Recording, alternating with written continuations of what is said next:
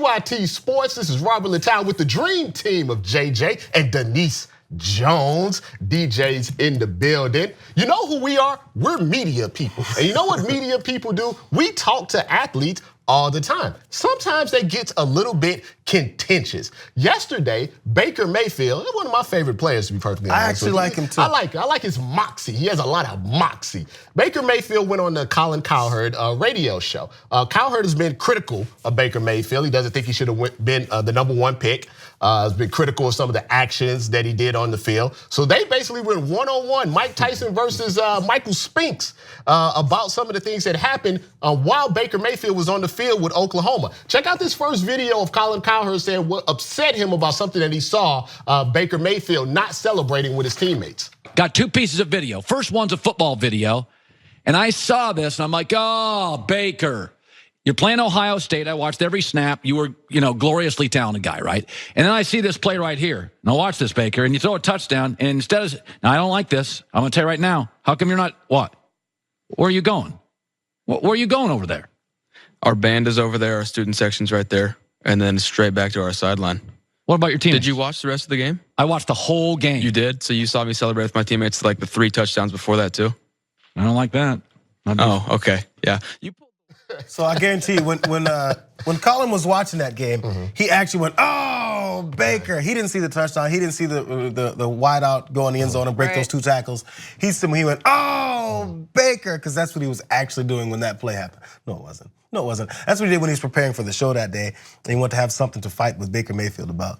Just gonna put that out there. You think that it was plotted out by Colin, or that this time? Of course. It wouldn't be a good journalist if he didn't plot some of these things and plant these traps for Baker Mayfield. But Baker Mayfield talked back because he had that undraftable hoodie. Did you notice that? And it was funny because Colin was the one that said like, oh, he's undraftable. Then he goes to be the #1 draft pick. And then he has this undraftable hoodie on his show when he knows he's gonna get roasted by Colin. But little did Colin know that Baker was actually gonna talk back, and he talked back in the best way. Yeah, it was like a troll and a troller going back. He got out-trolled by the troll. The troller.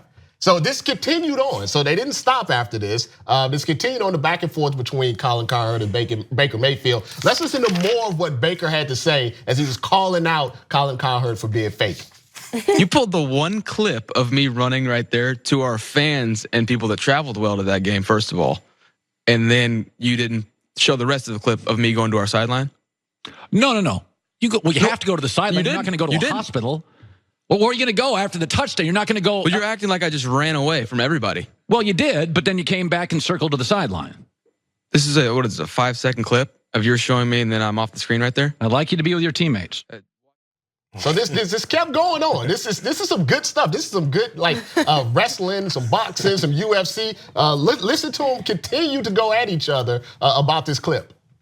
Watch the rest of the game. I was. All right. Oh, I know you went back to the sideline. No. Go watch the other touchdowns. I got very excited on that one. So you think my accusation that this isn't the fact that I feel like you're going for the fact that I'm not a team guy. I'm selfish. Is that what you're shooting at right here, or what? It is no. I don't think that. I think sometimes your judgment's just a tad off, and I think the NFL's a judgment league because the game is so fast. You have to make the windows get really, really tight and really, really small. You got to make decisions really, really fast. Here's my question to you guys. A lot of people, when this came out yesterday, were like, oh my God, Baker Mayfield embarrassed Colin Cowherd. Baker Mayfield, out-trolled Colin Cowherd. But honestly, isn't this a win for Colin? Because are we talking about his show today if he just had a regular show without Baker Mayfield? So does Mayfield, he gets the good press of saying but is he really helping himself by giving Cowherd all of this attention? He is. He absolutely is, because though he's had great performances on the field, this has been one of his best performances off the field.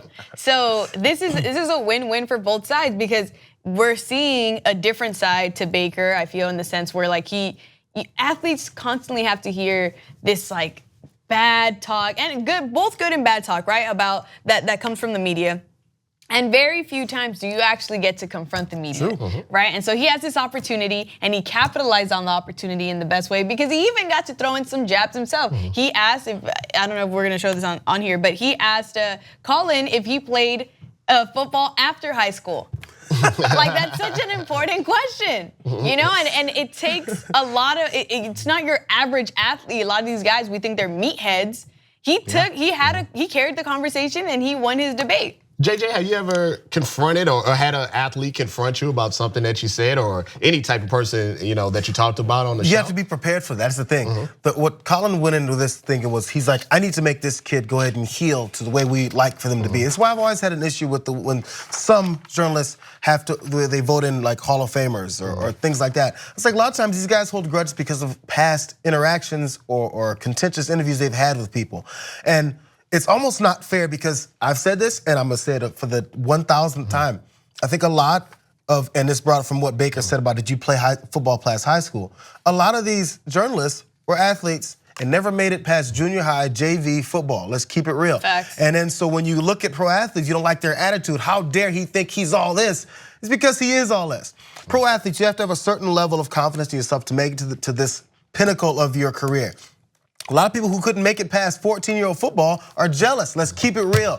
You're a little bit jealous and you want to come back and be like, I have control of your career somehow. I want you to celebrate with your teammates on that one play. I want you to come to the meeting and go, oh yeah, I'm sorry. Oh, how dare you guarantee a victory? They don't like any of that cocky stuff because they couldn't be cocky. Because they're losers. Just losers. Wow, big time. You couldn't make it. You couldn't make it past. You know, I mean, I couldn't make it past college. You know, I was a collegiate athlete. I didn't go pro in anything. But I'm not jealous of people who went pro. True. I'm not jealous either as a former collegiate athlete. But I'm also not a loser because I didn't make it pro. So I could only agree halfway with you there. Well, good for Colin and good for Baker Mayfield for going head to head, side to side, front and back. And that was a rap song from the 80s. TYT Sports, we catch you on the flip side.